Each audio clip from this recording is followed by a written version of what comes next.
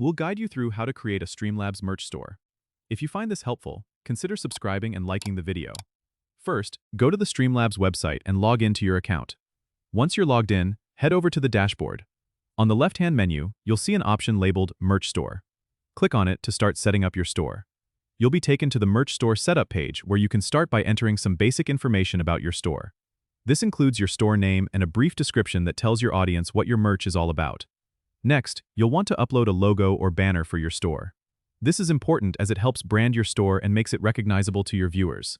Then, you can browse through the products that Streamlabs offers.